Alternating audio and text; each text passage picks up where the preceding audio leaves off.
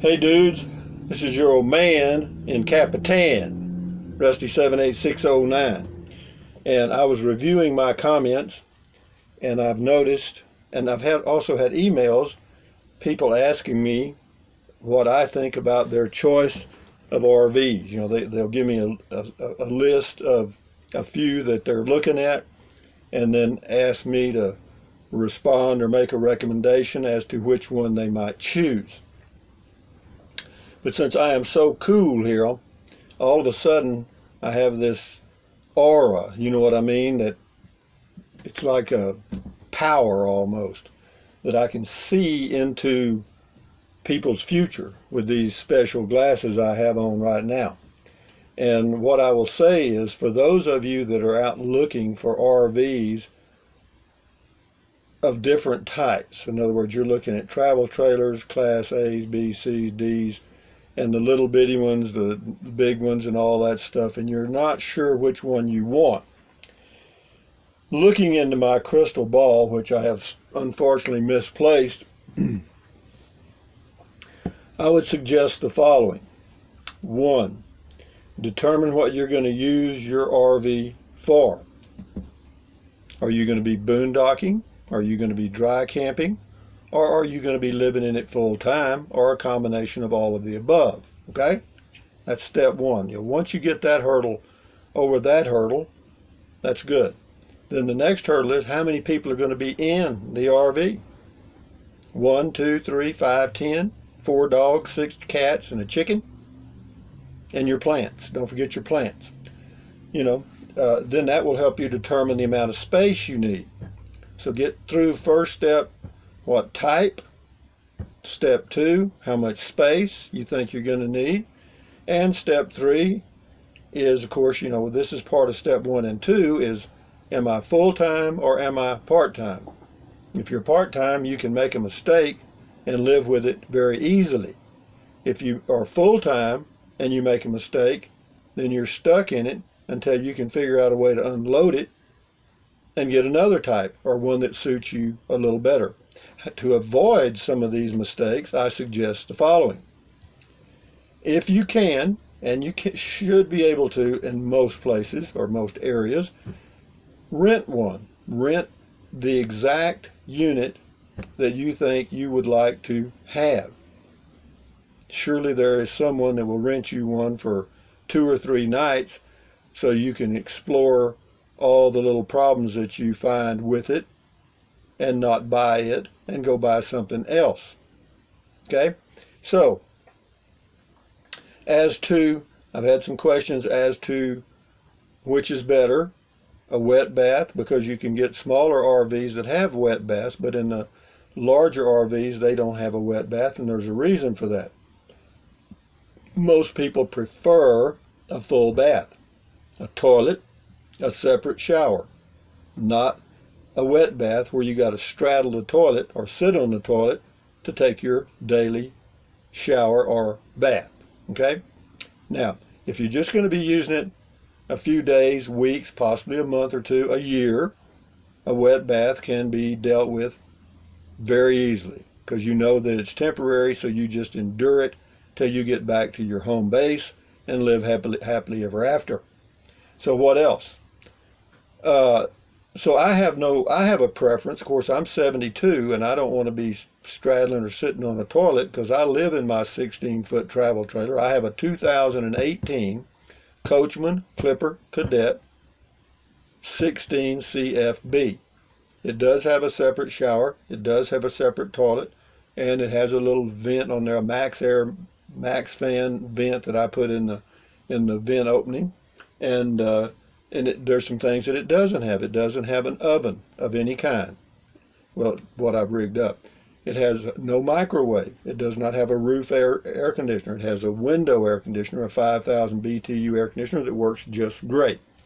So, in making your choice among the hundreds that are out there, go through a little process of determining the type first, the size second, 3, rent the one you're thinking about if you can, and 4,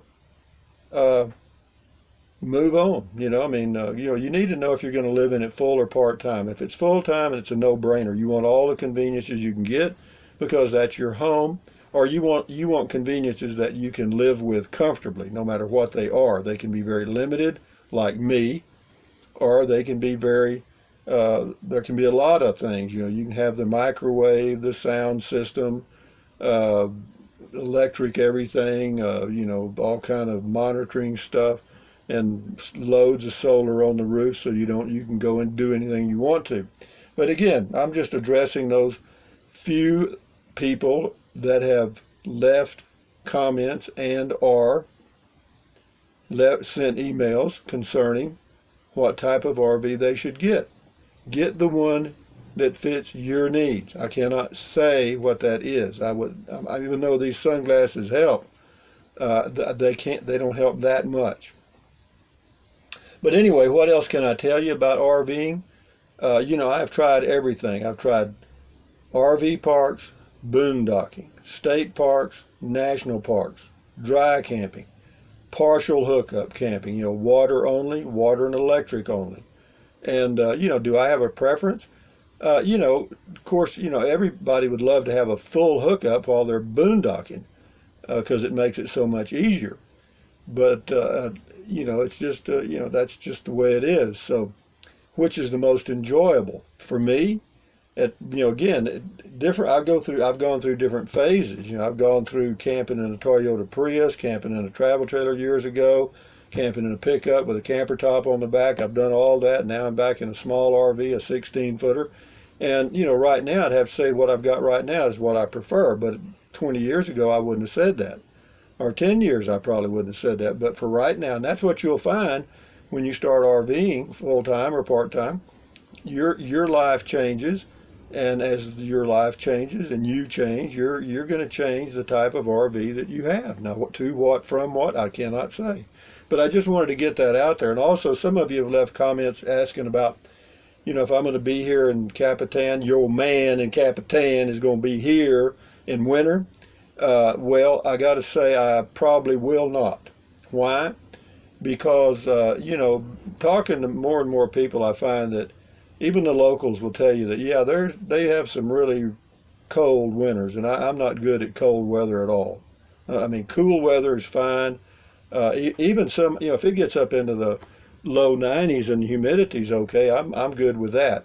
So probably what I'm going to do is, do this summer here or in the cooler part of the world, and then we'll go back to Texas, and I'll make some small improvements at my home base, and then just go back and forth as long as I can. And then when that starts to slow down, then may buy me a single wide mobile home or a park model RV or something and put it on my property at my home base. Even though I would like to, possibly do that here, for some reason, the more I think about it, I'm a Texan. Okay, I just am, and that's all I can say about that. Don't I look like a Texan? Huh? Come on, guys, give me a break. This is a gardener's hat, by the way. It's not a sombrero, but it works well out here in New Mexico. But anyway, no, I like Texas, and to change your state of origin or whatever they call it, move from one state to another, there's a lot of hoops you have to jump through, and I don't really want to fool with it. I just don't. You got to get a New Mexico driver's license, New Mexico license plates, got to change your banking stuff to where it's a little closer to your area where you can do your banking and so forth. I just don't want to fool with all that. I really don't. And if I own property here and something happened to me, then my heirs, which is one basically, my oldest son, he would have to somehow figure out how to sell it and do all. I just want to keep it simple, and that's my thinking now. Could that change tomorrow? Yeah, now you know me, but that's the way it is now, and that's the way it is now with your man in Capitan, me right here, the man in Capitan. Well, anyway, from the man in Capitan, I want to say this: thumbs up, carpe diem, adios, bye, bye, bye, anything your little heart desires. But if you think about it, and you want to go to the trouble, use the link in my videos to Amazon products. Why? Because I get a small commission. It does not cost you one penny, okay? And then Drink plenty of water. 3 or 4 quarts a day is good for you, won't hurt you. And then what else? Take deep breaths. Breathe in deep, hold it, breathe out slowly. That relieves stress, lowers your blood pressure, good for you. What else? Stretch, stretch, stretch, walk, walk, walk. I've done my stretches again this afternoon. I did my walking and stretching this morning, so I feel okay. And what else? Stand guard at the door of your mind, because what you let in are ingredients, okay? And you don't want to put bad ingredients in your mind. So don't let negative Nancy or negative Ned get in your head, and don't let the talking heads get in there either, because they will try to do it every way they can. Thumbs up, guys. Enjoy your life. Adios from Yo Man in Capitan. Bye-bye.